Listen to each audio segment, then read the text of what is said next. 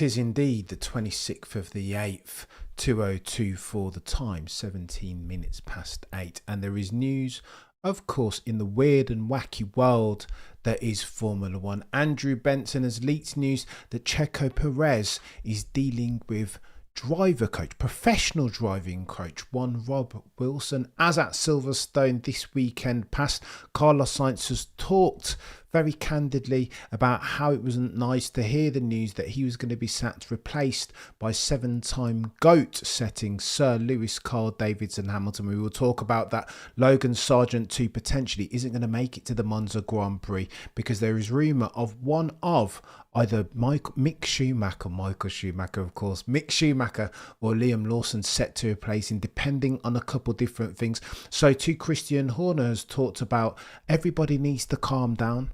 That only a couple of races ago, near the start of the season, Red Bull were gapping the rest of them to the tune of 25 seconds. And that this is mean reversion of sorts, that you would expect it. So too, he spoke about Stefano Domenicali, who at the time encouraged Red Bull to slow down. We'll get to all of that in the next 15 minutes or less. What's going on, David B? It's techie, Sir GOAT got exposed. Bloody Nora, Michael. What are we talking about here? Didn't you hear Peter D. Windsor say, listen, if you haven't got the machinery, then there's only so much you can do. Even though they are the best 20 in the world, they can't do impossible things. Let's talk about Benson first and foremost, because on the checkered flag, the BBC owned Checkered Flag podcast, Andrew Benson came out and said that Checo Perez has been invested in by Red Bull, that this isn't just lip service, that they really want this dude to do well, putting up all of the safeguards around the Mexican Minister of Defense to ensure that he can maximise for his not insubstantial upside potential over the next few races. They have indeed a deadline. Why? Well, because he hasn't been great season to date, right? Crashing each and every single time, getting out qualified by Logan Sargeant, barely making it out of Q1. He struggled, wrestled to try and get to grips with the handling dynamic of this RB20. And that now is not an uncommon theme, because we've seen Maximilian Verstappen come under similar criticism, struggling with the car, failing to get it turned in. And again, that harps back to all of this torque steer or inertia valve, trying to induce oversteer. Potentially they had something, potentially they did not. But Checo Perez on the back of all this has fallen foul worse than Maximilian Verstappen. What now? Well, they said, Christian Horner did, that they were going to try and dial back some of the upgrades that made the car more difficult to drive, more knife edgy. Lest we forget that Checo Perez's bag is understeer. Around rear limited circuits, please see Monaco and minimum speed turns. He excels. Ergo, he's set to go well around Baku or a Singapore, hence why they haven't sacked him off yet. This is about timing. If indeed you're going to keep him, then at the very least you keep him for a Singapore, do you not? Or a Baku. Tracks around which he's done very well over the past couple of years, and that's what Christian Horner said he's going to do. And again, lest we forget the back and forth between Christian Horner and Natalie Pinkham, where Christian Horner said, listen, who would you pick? You're going to get rid of Checo Perez. Who's guaranteed to come in and do better than him over the next 4 Grand Prix? And that's the timeline and horizon at which they are assessing Checo Perez's performance or otherwise in real time. Hence why they are now giving him all of the tools. This is the last stand. This is the last roll of the dice for Checo Perez as a Red Bull racing driver. And so what do? What have Formula One drivers in the past done when they're struggling for form, failing to optimise for their not insubstantial Formula One circumstance? Why, of course, you go to Rob Wilson. You'll remember that when I pitched this question at Peter D. Windsor many moons ago, what would he do were he Christian Horner? Well, Rob Wilson wouldn't be a bad shout. He's worked with Kimi Raikkonen before, per Andrew Benson on the Checkered Flag podcast. So why not get him to go there? And this, according to Andrew Benson on the Checkered Flag podcast, is exactly what Red Bull have done. Sent Checo Perez to Rob Wilson, one of the premier professional driving coaches and got him to do some laps at Silverstone. What can Checo Perez fix for? Well, you saw a couple of races ago where he fell foul at the Hungarian Grand Prix, trying to optimise for the geometric racing line as an example. Maybe a tad too much. Could you take some of those round edges off Checo Perez with a view to make him better in the near term? Probably. And could you argue that at the Dutch Grand Prix, that Rob Wilson's sessions with Checo Perez probably have already had some impact potentially? Sixth isn't the best place. Checo Perez would have harboured aspirations to have made the podium at the very least. But again, you've got to build these things up right. I think this is a cap and collar circumstance as far as Checo Perez. His stop loss at the Dutch Grand Prix, his lowermost, limiting for his lower ebb of performance was the most important. I think Checo Perez wants to take that going forward and nail it, expand upon it, build on it going into Monza. Are you saying, Turtle, you're a legend? I've only just joined the Turtle, get onto the Discord chat. For me personally, Max gave up on Red Bull at Silverstone, where he didn't even bother to defend Lando at Stowe. OVT, this is one of the things, we'll talk about this before I get onto the other news pieces. This is one of the things, OVT, that I hear people that are new to the sport talk about. So at certain times, you lose yourself more by fighting, right? If you understand what your race is, and that race, to be fair to Max Verstappen, 25 points, a race victory was absolutely nothing. However, sometimes you've got to know when to fight right, and I'd love for Max Verstappen to be a lion each and every single turn, each and every single corner, to fight tooth and nail. That's the glory thing, right? That's what you see on the films. But sadly, in practice, F1 isn't that. You've got to pick and choose your battles. You can't fight every driver at every corner, not least if that's not your race. And I think that's what Max Verstappen, per Tom Clarkson imploring him to do so not long ago on the F1 Nation podcast, I think that's what Max Verstappen realises he's got to do in the second half of the championship. He needs to understand acutely when it's his race to fight and when it's not. He's got to optimise for his circumstance and nail the damage limitation. And again, Christian Horner said, we'll move on to Christian shortly, but Christian Horner said that damage limitation has been perfect. This is the first of the previous 5 races that Lando Norris has indeed closed the gap in the Drivers' Championship. At the start of the Dutch Grand Prix, the gap was 78 points. Now it is 70 points. There are 9 races remaining. Lando Norris has himself some work to do. That's not me saying that he can't do it, but it's reachy, isn't it? Is it the most likely outcome? Probably not. Oh, and by the way, Carlos Sainz has given an interview saying about how it wasn't nice the way that he found out about him being sacked for the 2025 season, that he was indeed in the middle of negotiations with Scuderia Ferrari, and then the news about Sir Lewis Carl Davidson Hamilton dropped on him, that it was a surprise, that it was unexpected. And again, I think this is a new story that's going to run and run. We will be talking about it for many, many years after this. Carlos Sainz, was he treated well? Are they losing something in Carlos Sainz? The fact that he's got this God-tier race IQ, acute awareness of all things technical and mechanical. You guys have heard him feedback to race engineers. The colour of feedback that he gives is absolutely an asset for any team. Listening to another podcast recently, and they spoke about Carlos Sainz. I want to say it's the FFS podcast, that Carlos Sainz is one of the few that can translate the messages from race engineer into meaningful feedback. That's what they're losing in Carlos Sainz Jr. Now, am I saying that it's a bad decision to hire Sir Lewis Hamilton? Indeed, if you harbour aspirations of becoming a luxury brand, no longer a sports brand, who better to do that for you, to expedite for that learning curve than brand Hamilton? Absolutely, I'm not saying that, but in terms of sporting endeavour, there is something lost when you get rid of Carlos Sainz Jr. And I think they're seeing that in real time, not least because of how close Carlos Sainz is running the Golden Boy, the modern day journalese, otherwise known as Charles Leclerc, in real time. Charles Leclerc has speed in hand on Carlos Sainz Jr. each and every single time, but Carlos Sainz always runs him close. They've competed at Scuderia Ferrari for 3 seasons already, and Charles Leclerc has only won away with the championship in terms of points once. I think that speaks very highly to Carlos Sainz's his upper ceiling as far as his ability to maximise points, become a points accumulator, as were so many of the greats before him in Alan Prost, Fernando Alonso again to a certain extent. That's what you do.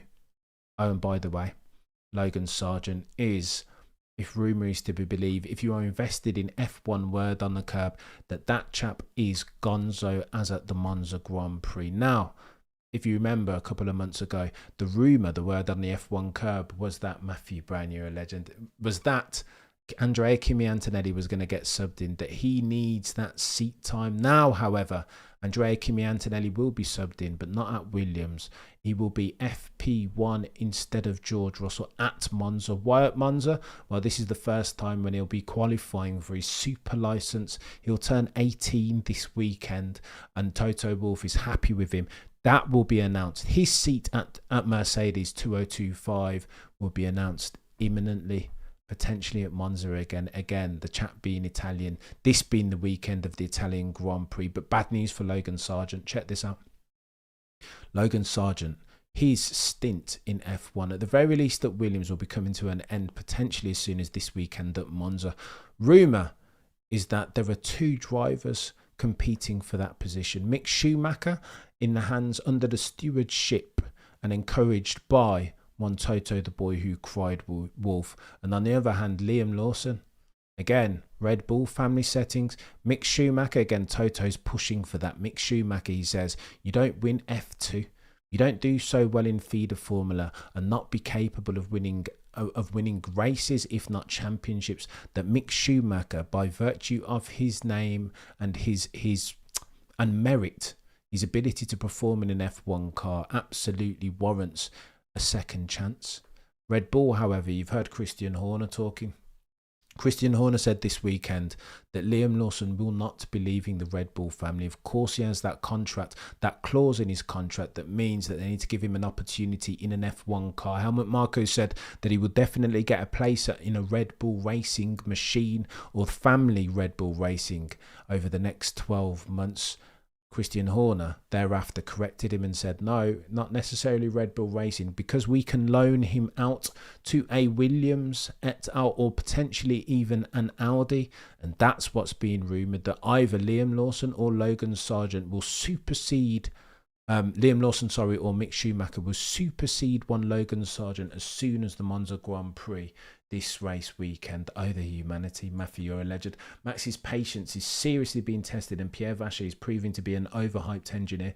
Fix that POS of a Red Bull. Pierre, do your job. Matthew Brown hitting on the subject. Go on, let me talk to that then very quickly.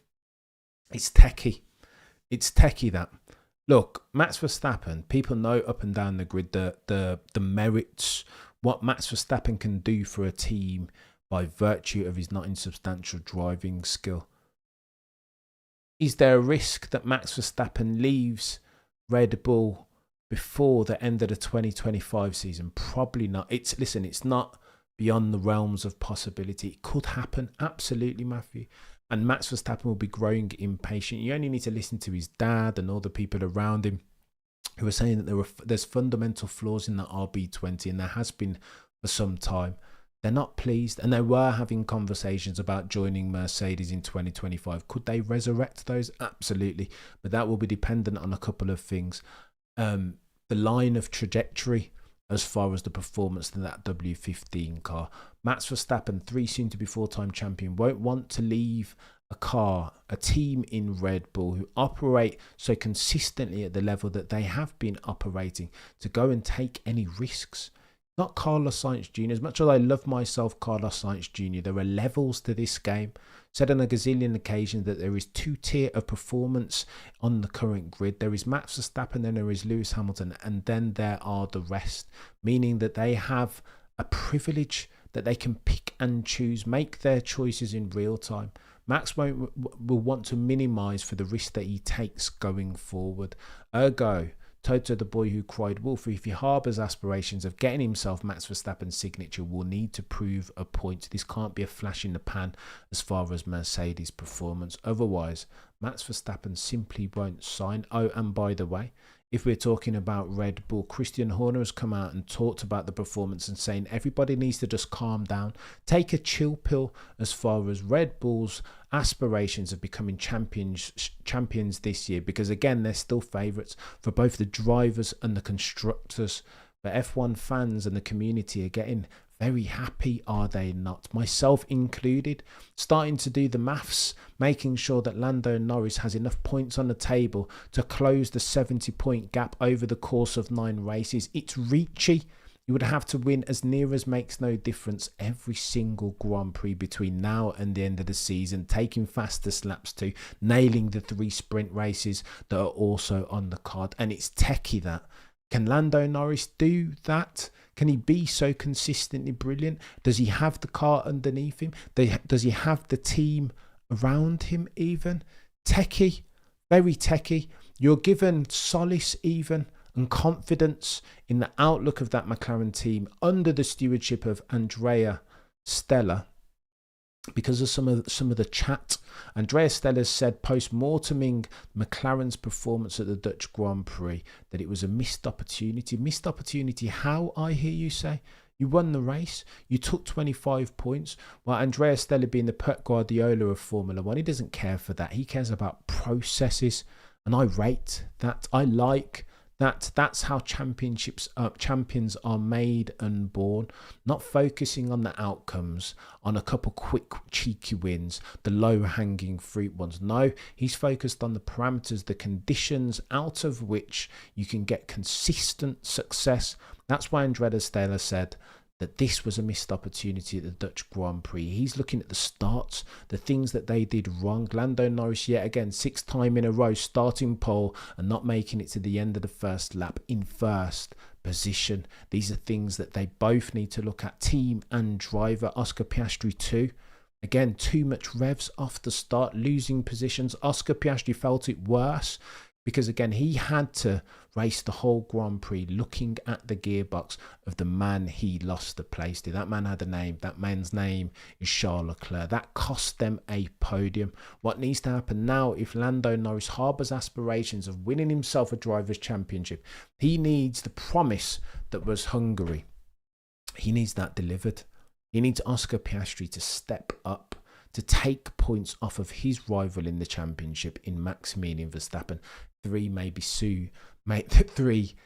soon to be 4-time champion. Christian Horner had this to say, however, and it gets techier.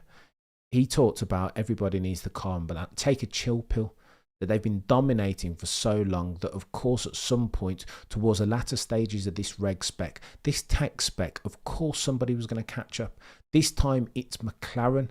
And now they have the whip hand. They are holding the red F1 pen because they have the most dominant machinery. Christian Horner was saying, what do you expect? Everyone can relax. This is the first time in 5 races when Lando has gone to close the gap after a race weekend. 78 points, now 70 points. And it's techie, isn't it? Christian Horner says, however, and this, oh, the humanity, this is where it gets really, really techie. Christian Horner said it was only earlier this season when Stefano Domenicali, the Liberty Media CEO, or head of the FOM even to be correct, that Stefano was telling Christian Horner that Red Bull need to slow down. Now, you can take this one of 2 ways, right? You can take it at face value or you can take it in jest. Surely Christian Horner doesn't mean this literally. Surely Stefano Domenicali didn't want Red Bull actually to slow down. If indeed Formula One is sporting endeavour, meritocracy settings, the premier motorsport formula in the world. Surely Stefano didn't say that. Not even tongue in cheek. However, if past this prologue and you understand FOM is keen to grow the sport into new demographics, nail the stranglehold that is North America, go to Africa. If indeed Stefano Domenicali harbours aspirations to do that as the head of the commercial rights holder, then it would make sense. It would make sense that Stefano told him that. Why? Well, because Red Bull were, by their excellence, throttling the growth of the sport. Nobody wants monopoly. monopoly, even oligopoly, none of the aforementioned. If Max Verstappen continues winning, then all these people, all these newfound fans are going to dial out. Let me tell you how and why you know this thesis to be true. Already, I've seen 1,000 tweets talking about McLaren domination, that McLaren domination is so boring. Of course, tongue in cheek, but who wants to see a driver in any car, whether that's Lando, Max, Lewis back in the day, 2016 to 2020, who wants to see one single driver win every single race? Please see Michael Schumacher 2000 to 2004. Nobody was watching.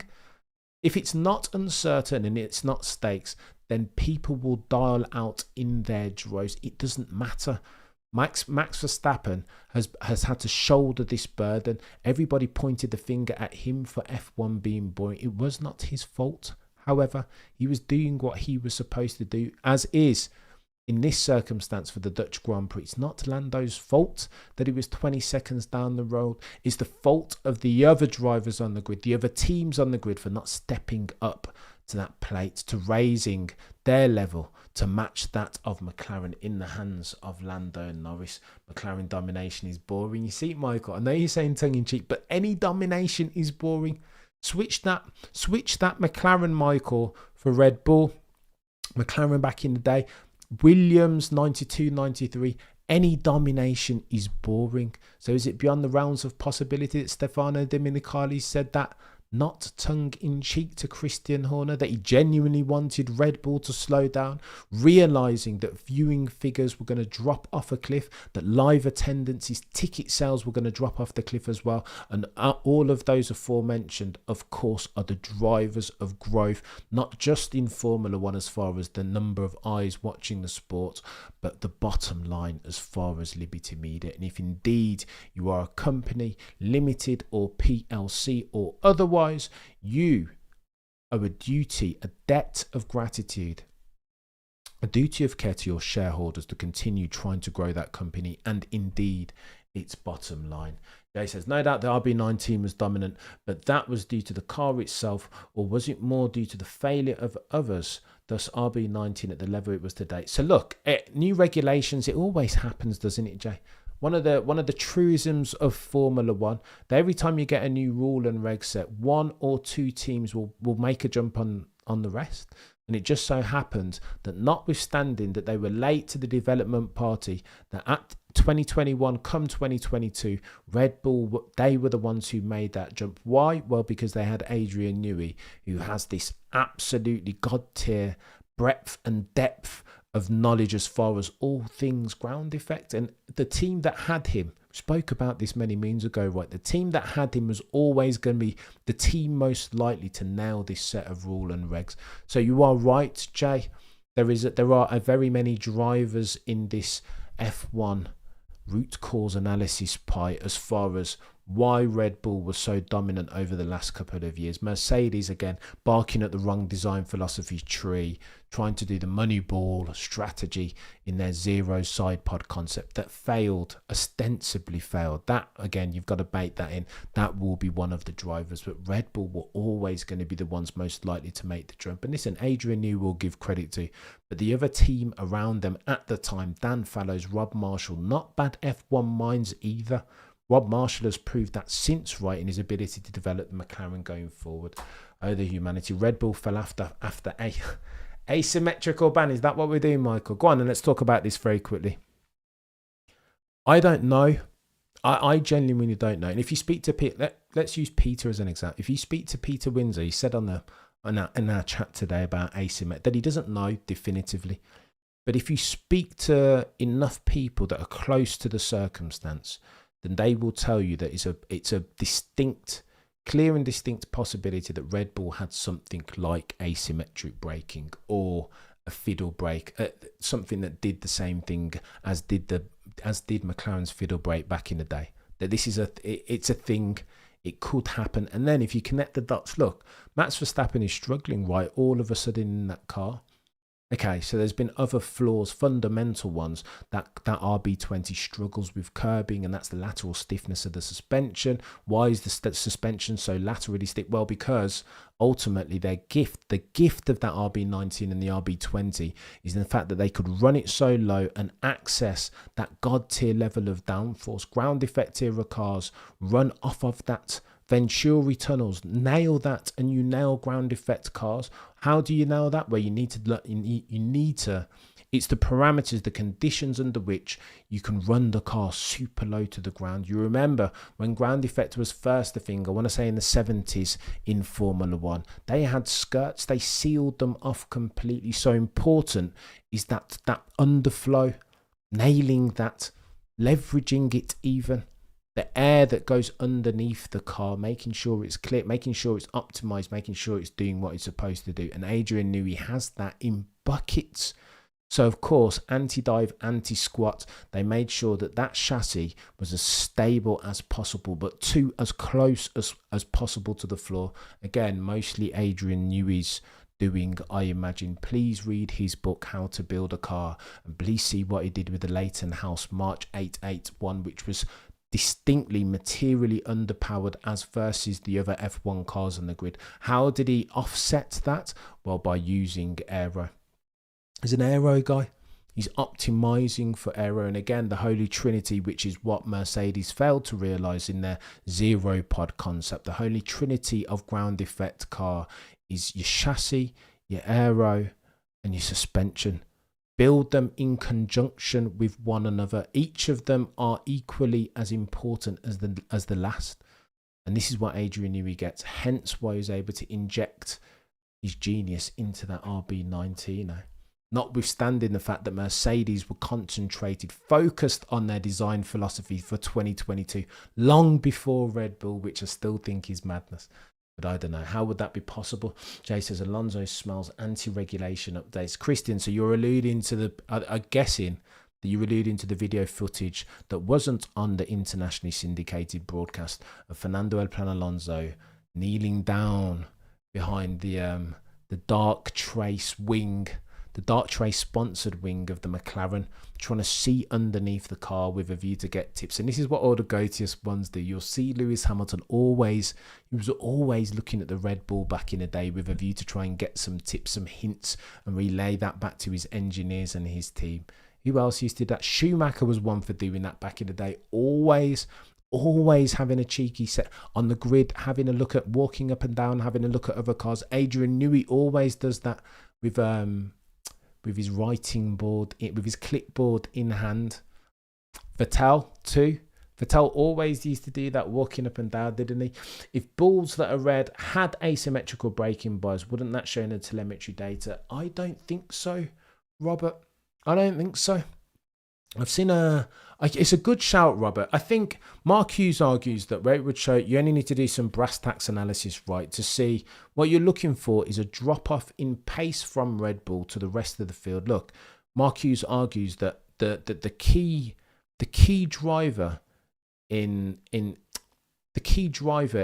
Red Bull's drop in performance isn't anything that they've lost, because you'd see that, right? If it was just their lap time that was dropping off, you'd see that as versus Aston Martin, as versus, I don't know, Haas.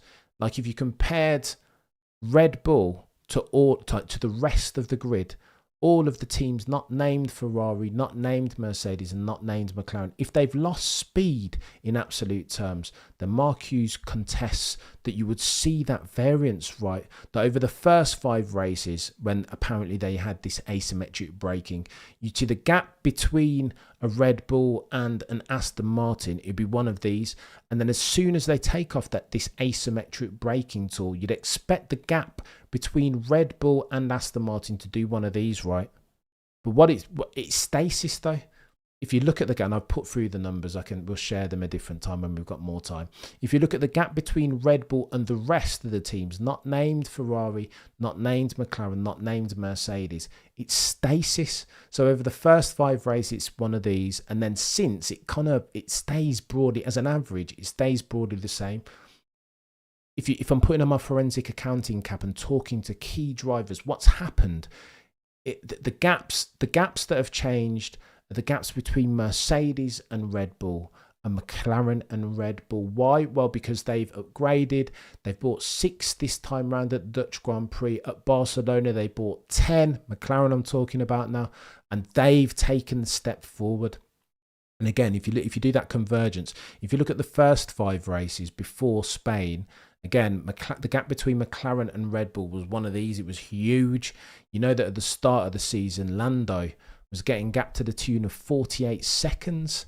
Like P6 he was. Max Verstappen was completely down the road, half a lap. So the gap between McLaren and Red Bull at the start of the season was one of these. And then McLaren bought all of their upgrades at Spain. And then the gap did this, quite literally. And similarly to Mercedes, they bought all these upgrades. The gap at the start of the season between Mercedes and Red Bull was one of these. And then after race 5 or 6, because Mercedes brought all of these upgrades, it did one of these. So the gap's really not closed between the Red Bull and the rest of the field. The gap between the Red Bull and the rest of the field in percentage terms is still humongous, still really, really big. The gap's only closed between Mercedes, McLaren and Red Bull by virtue of their upgrades. And so that would indicate that asymmetric braking, not necessarily. But if you talk to Windsor, friend of the channel, he says that you can't just read, it's not statistical, right? You can't just, that's not proof positive that all of a sudden they had asymmetric braking and then they no longer have it. You can't just, it's too linear, too black and white to do it in just in lap time terms. You won't always see asymmetric braking in that. Maybe asymmetric braking just makes the car easier to drive, but maybe there's not that much lap time in it materially. So there's all these other things, and it's hard to say categorically. When Red Bull guys come out and say, listen, it wasn't us, that's what you'd expect them to say. So too, you'd expect the FIA to say, oh, nothing to see here. We run a clean sport. Everything's perfect, as it always has been. Please see fuel flow gate, etc., etc. DAS, party mode. Nothing to see here. And that's what FIA will always do. There is an element of regulatory capture in the way in which FIA conduct their activities, always circling the wagons. They will tell you openly that transparency and honesty is a thing that they hold as a central tenet. However, listen, if you believe the FIA in everything that they say each and every single time, then I have oceanfront property to sell you in Arizona. We don't need to be naive. We've been watching Formula One long enough as a sport and as a business. We understand what time it is. Visual says Merck proved 2012 to 20 that the FIA can be bought. Oof, mate. Well, the Visual, I'd see that and I'd raise you this. And again, all speculation and conjecture, allegedly settings. How about Ferrari back in the day? You remember Ferrari for the longest time used to get all the favours. As far as like the tyre manufacturers, Michelin back in the day, like, mate, they used to get all the favours to the extent where people used to refer to the FIA acronym as Ferrari International Assistance. Real talk.